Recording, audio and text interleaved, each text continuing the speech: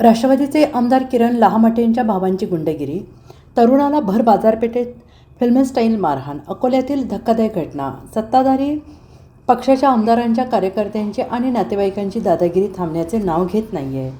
अहिल्यानगर जिल्ह्यातील अकोले विधानसभा मतदारसंघातील राष्ट्रवादी काँग्रेस अजित पवार पक्षाचे आमदार डॉक्टर किरण लहामटे यांचा स्वीय सहाय्यक आणि चुलत भाऊ मुकुंद लहामटे यांनी एका तरुणाला भर बाजारपेठेत बेदम मारहाण केल्याचा धक्कादायक प्रकार समोर आला. ही संपूर्ण घटना राजुरी येथील बाजारपेठेत घडलेली आहे. मारहाणीचा हा थरार CCTVमध्ये कैद झालेला आहे. मिळालेल्या प्राथमिक माहितीनुसार ही घटना 6 जुलै रोजी घडलेली आहे. राजूर बाजारपेठेत एका किरकोळ कारणावरून मुकुंद लहामटे आणि संबंधित तरुणाचा वाद झाला. हा वाद एवढा विकोपाला गेला की आमदाराच्या भावाने हा कायदा हातात घेत संबंधित तरुणाला रस्त्यावर फिल्म स्टाईल बेदम मारहाण करण्यास सुरुवात केली.